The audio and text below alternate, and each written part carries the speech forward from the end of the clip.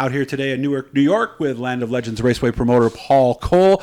A lot has been happening, a lot of news, and I aired this. I made sure to put this up as soon as I got home so you guys could check this out on Thursday. First of all, Paul, how we doing? Yeah, it's been another trying week. A lot of mental exercise that's gone on with this whole COVID epidemic. It's bad enough to watch people get sick and go through those things, but the mental acuity's got to be razor sharp in the last few weeks to not go insane. And today's been another interesting day. Yeah, and, latest news. I was waiting to go to my gym, but a lot changed. When did this change? Wednesday? Yesterday, Tuesday? When Phase 4 was announced, they rolled back. They're slow walking gyms and malls, casinos, and trying to remember what the third part was. But there's was it outdoor concerts and things? Movie theaters. Movie theaters, right. They've walked that back a little bit. They didn't say they're not going to include them. They're just they're working on regulations and watching some of the things that go along with that. And it's hard to understand where they're heading some days with what they're thinking. Just as we try to figure that out, what that means for racing. I don't want to get too much into this, but one thing I want you guys to consider, Paul told me about, like malls and movie theaters, air conditioning. So that's recycled air. So we don't want to get too much, but just make sure to keep that in your thoughts. Now, did something happen on June 21st that maybe we overlooked or missed? Well, apparently we've been working trying to figure out what our plans are for next week's Super Dirt Series race that's planned for July 2nd. We thought today was the drop dead point where we had to make a decision. And we discovered in talking with the local code enforcer that on June 21st, the governor extended a number of executive orders that was kind of missed. It's kind of slipped through there. That's the last executive order in regards to COVID that he's put out. That other than the transportation of people in and out and quarantining of those.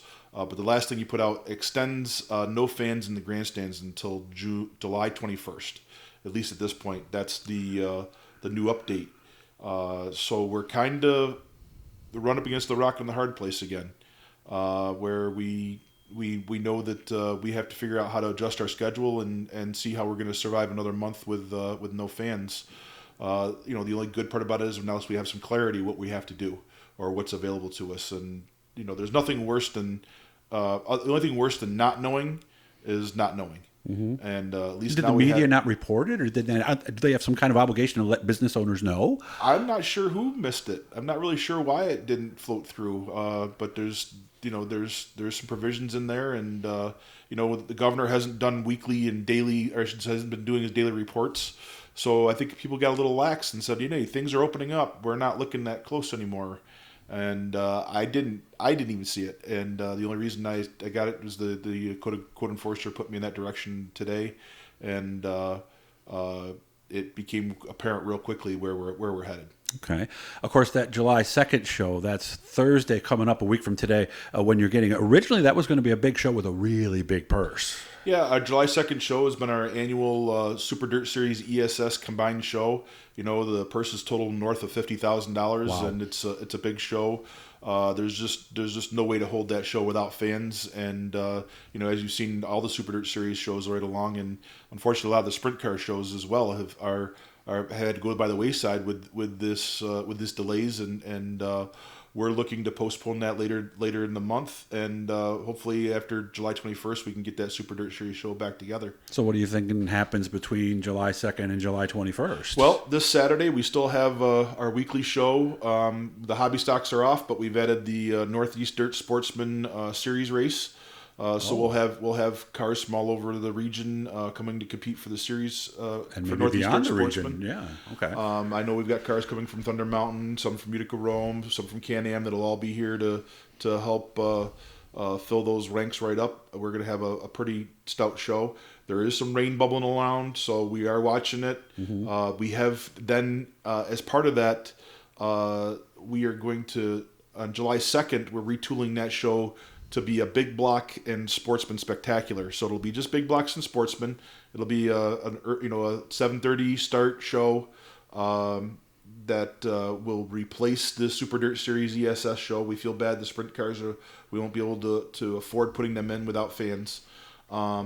And if it does rain for some reason this Saturday, we're going to move that it'll be the rain date for the dirt car Northeast Sportsman on Thursday. Okay, so that July 2nd show will then be the Dirt Car Series race for the Sportsman. So Gotcha. it will be Sportsman and big blocks. Whether it's a series race or not. Show up points for both of them. Okay. But if it's just like this weekend, it's show up points for our local drivers at the Sportsman Northeast Dirt Sportsman show.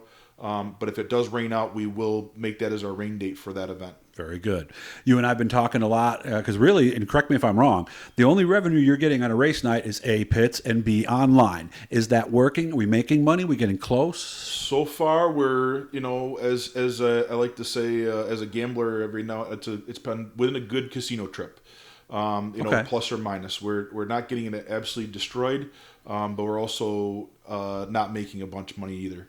Have we made money out of any of them? Right now, after 5 shows, I'm down about $1,000. Oh, that's not bad. 200 a show. About 200 a show. It's not good, and certainly it's not really a good risk to be taking every week.